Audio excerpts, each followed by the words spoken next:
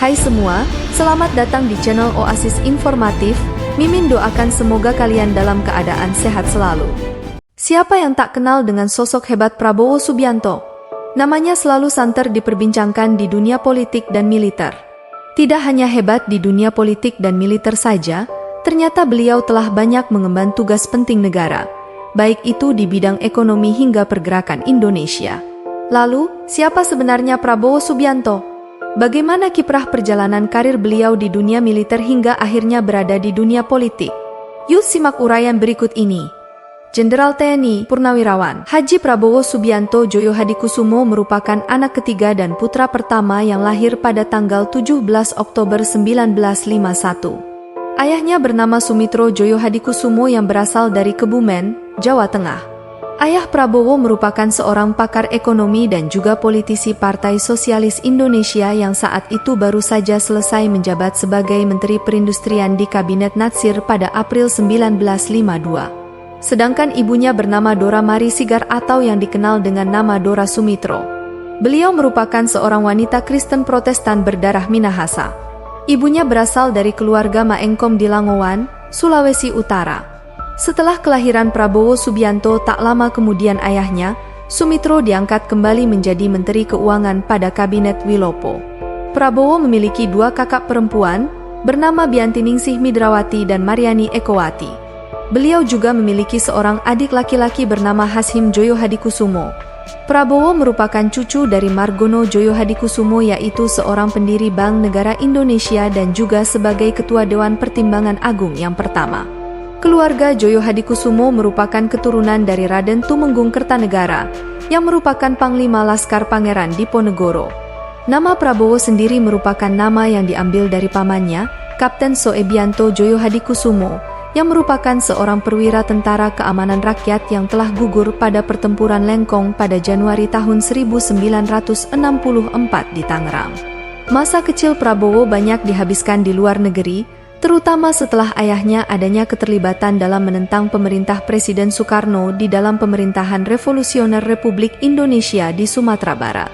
Prabowo menyelesaikan studi menengahnya di Victoria Institution di Kuala Lumpur, Malaysia, Zurich International School di Zurich, Swiss, dan The American School di London, Inggris. Setelah kejatuhan Soekarno dan naiknya Soeharto, keluarga Sumitro kembali ke negara Indonesia.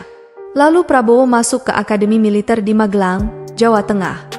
Pada bulan Mei tahun 1983, Prabowo mempersunting Siti Hediati Haryadi yang merupakan putri dari Presiden Soeharto dan Tin Soeharto. Prabowo dan Siti Hediati dikaruniai seorang anak laki-laki, yaitu Ragowo Hedi Prasetyo atau Didit. Akan tetapi pernikahan mereka tidak berjalan sampai tua. Tak lama setelah Orde Baru tumbang, keduanya berpisah pada tahun 1998. Karir militer Prabowo Subianto. Semua bermula pada tahun 1976, beliau mengawali karir militer di TNI Angkatan Darat sebagai seorang Letnan II setelah lulus dari Akademi Militer di Magelang. Sebagai prajurit Kopassus dari tahun 1976 hingga 1985, Prabowo bertugas di Komando Pasukan Sandi Yuda, Kopasandha, pasukan khusus Angkatan Darat pada saat itu. Salah satu penugasan pertamanya adalah sebagai Komandan Peleton pada Grup I Para Komando yang menjadi bagian dari pasukan operasi Tim Nanggala di Timor Timur. Berusia 26 tahun, Prabowo merupakan salah satu Komandan Peleton termuda dalam operasi tersebut. Ia berperan besar dalam memimpin sebuah misi penangkapan terhadap Nicolau dos Reis Lobato, pemimpin Fretilin yang pada saat operasi Seroja menjabat sebagai Perdana Menteri. Dengan bantuan adiknya sendiri Antonio Lobato, Kompi Prabowo menemukan Lobato di Maubisse, sebuah kota kecil 50 km di selatan Dili. Ia tewas tertembak di perut saat bertempur di Lembah Mindelo pada 31 Desember 1978. Salah satu peristiwa yang menandai berakhirnya perlawanan terbuka Fretilin terhadap invasi militer Indonesia dan bermulanya pendudukan militer atas bekas wilayah jajahan Portugal tersebut. Pada tahun 1983, Prabowo telah menjabat sebagai Wakil Komandan pada Detasemen Khusus 81, Penanggulangan Teror, di Kopasandha. Komandan Batalion Infanteri Lintas Udara 328. Pada tahun 1985, Prabowo menjadi Wakil Komandan Batalion Infanteri Lintas Udara 328, Yonif Para Rider 328 Dirgahayu, pasukan Para Rider di Kostrad. 2 tahun kemudian, setelah menamatkan pelatihan Special Forces Officer Course di Fort Benning, ia menjadi komandan batalion tersebut, jabatan yang dijabatnya selama 3 tahun. Pada 1991, ia menjabat sebagai Kepala Staf Brigade Infanteri Lintas Udara 17 yang bermarkas di Cijantung. Dalam kapasitas itu, Prabowo yang saat itu telah berpangkat Letnan Kolonel terlibat dalam operasi pemburuan dan penangkapan Sanana Gusmao, salah satu tokoh pemimpin gerilyawan Fretilin. Kembali ke Kopassus. Pada tahun 1993, Prabowo kembali ke pasukan khusus yang kini dinamai Komando Pasukan Khusus, Kopassus. Ia diangkat menjadi Komandan Grup 3 Sandhi Yuda, salah satu komando kontrainsurgensi Kopassus. Ia seterusnya menjabat sebagai Wakil Komandan Komando dan Komandan Komando di bawah kepemimpinan Brigadir Jenderal Agung Gumelar dan Brigadir Jenderal Subagio Hadi Siswoyo. Komandan Jenderal Kopassus. Pada bulan Desember 1995, Prabowo diangkat sebagai Komandan Jenderal Kopassus dengan pangkat Mayor Jenderal. Sebagai Komandan Jenderal, salah satu tugas pertama Prabowo adalah operasi pembebasan Sandera Mapenduma. Kopassus, terutama Satuan 81 Gultor yang pernah dipimpin langsung oleh Prabowo, memiliki pengalaman dalam menangani operasi pembebasan Sandera. Yang paling dikenang adalah keberhasilan menyelamatkan penumpang Garuda DC-9 Wola di Bangkok pada 1981. Operasi ini berhasil menyelamatkan 10 dari 12 orang peneliti yang tergabung dalam ekspedisi Lawrence 95 dan diculik oleh gerilyawan Organisasi Papua Merdeka, OPM. Meskipun diwarnai oleh insiden penembakan Komandan Satuan 81 oleh anak buahnya sendiri, namun operasi ini dianggap berhasil menyelamatkan nyawa para peneliti yang berkebangsaan Indonesia, Inggris, Belanda, dan Jerman. Pada 26 April 1997, tim pendaki Indonesia yang terdiri atas anggota Kopassus, Wanadri, FPTI, dan Mapala UI berhasil menaklukkan puncak Gunung Everest, gunung tertinggi di dunia, dan mengibarkan bendera merah putih di sana. Misi ini didukung dan diprakarsai langsung oleh Prabowo sebagai Komandan Jenderal Kopassus. Sebagai Panglima Kostrad, pada 20 Maret 1998, Prabowo diangkat menjadi Panglima Komando Cadangan Strategis Angkatan Darat, jabatan yang pernah disandang ayah mertuanya Presiden Soeharto. Pengangkatan ini terjadi hanya 10 hari setelah Majelis Permusyawaratan Rakyat memilih Soeharto untuk periode kelima sebagai presiden. Prabowo membawahi sekitar 11.000 pasukan cadangan ABRI. Sebagai Panglima, Prabowo meminta Panglima Angkatan Bersenjata Jenderal Wiranto agar diizinkan untuk menggerakkan pasukan cadangannya dari luar Jakarta untuk membantu meredam kerusuhan Mei 1998. Meskipun permintaan ini kemudian ditolak oleh Wiranto, Prabowo diduga menerbangkan ratusan orang yang telah dilatih oleh unit-unit Kopassus di bawah pengawasannya di Timor Timur dari Dili menuju Yogyakarta, kemudian menuju Jakarta menggunakan kereta api. Menurut beberapa sumber, Prabowo juga dimintai pertolongan oleh Mayor Jenderal Djafri Syamsuddin, Panglima Komando Operasi Jakarta Raya, untuk ikut mengirimkan pasukannya untuk mengamankan ibu kota. Permintaan ini dipenuhi oleh Prabowo dengan mengirimkan Serdadu Kostrad untuk mengamankan beberapa bangunan penting, seperti rumah dinas Wakil Presiden B.J. Habibie di Kuningan. Prabowo berperan membujuk Amin Rais, salah satu tokoh pemimpin gerakan reformasi, untuk membatalkan rencana digelarnya doa bersama di kawasan sekitar Monas untuk alasan keamanan. Pada 14 Mei, ia bertemu dengan beberapa penggerak reformasi seperti Adnan Buyung Nasution dan Bambang Wijoyanto untuk mendiskusikan situasi yang tengah genting. Pemberhentian dari dinas militer. Setelah Presiden Soeharto mengumumkan pengunduran dirinya pada tanggal 21 Mei 1998, kemudian digantikan oleh B.J. Habibie yang dilantik pada hari yang sama sebagai presiden. Pada siang harinya, Prabowo menemui Habibie dan meminta agar dirinya ditunjuk sebagai Panglima ABRI menggantikan Wiranto. Justru, Habibie memberhentikan Prabowo dari jabatannya sebagai Panglima Kostrad. Prabowo yang berangkat mendatangi Istana Negara, namun dihalangi untuk bertemu Presiden. Ia kemudian memerintahkan agar istana dikelilingi oleh tank dan serdadu Kostrad. Prabowo digantikan oleh Jenderal Jani Lumintang yang hanya menjabat selama 17 jam sebelum digantikan oleh Letnan Jenderal Jamari Chaniago. Ia akhirnya menerima penugasan sebagai Komandan Sekolah Staf dan Komando ABRI di Bandung, menggantikan Letnan Jenderal Ari J. Kumaat.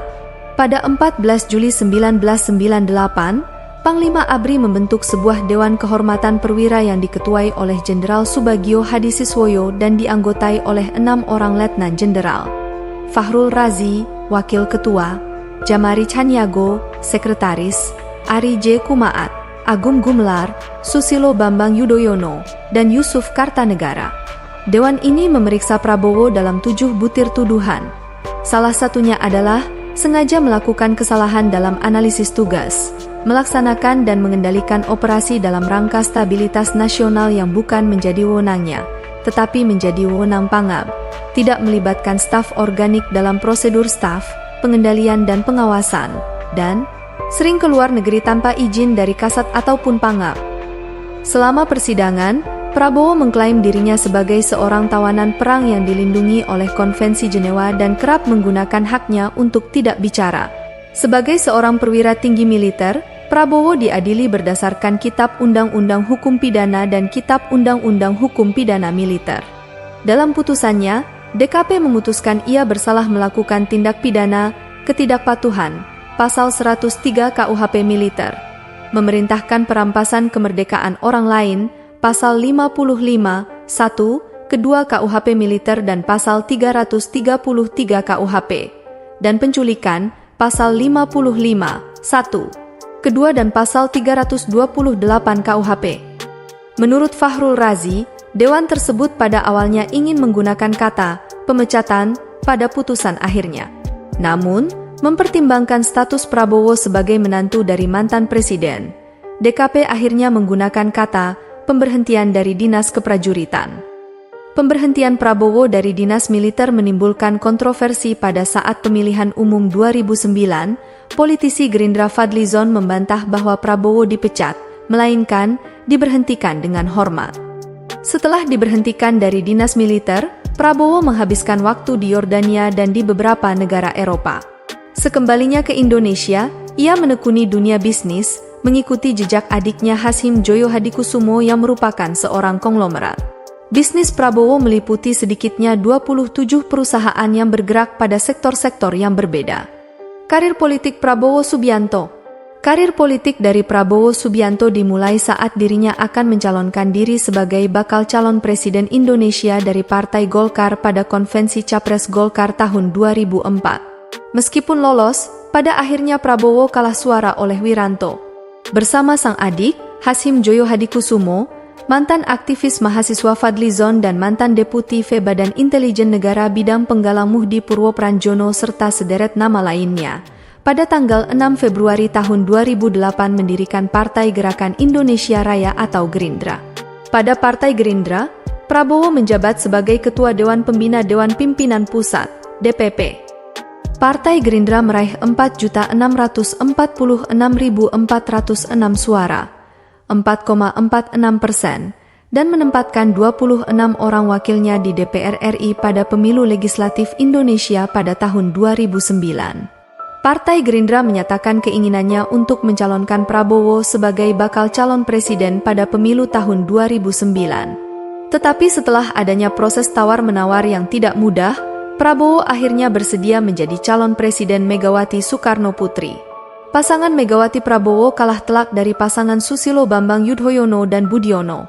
Hasil perhitungan manual KPU yang diumumkan pada tanggal 25 Juli 2009 tak jauh berbeda dengan hasil hitung cepat.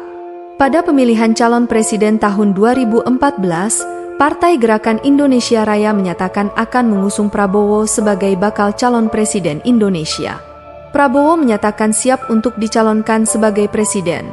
Meskipun beberapa lembaga survei mencatat elektabilitas yang dimiliki oleh Prabowo tertinggi apabila dibandingkan dengan calon-calon presiden yang lain. Bahkan tidak sedikit pengamat politik yang meyakini kalau langkah dari Prabowo akan terganjal elektabilitas Partai Gerakan Indonesia Raya yang sangat rendah. Setelah gagal di tahun 2009, Prabowo kemudian kembali mencalonkan diri kali ini sebagai calon presiden pada Partai Gerindra di tahun 2014 dengan cawapres Hatta Rajasa. Namun, Prabowo kembali gagal setelah dikalahkan oleh pasangan Joko Widodo dan Yusuf Kala.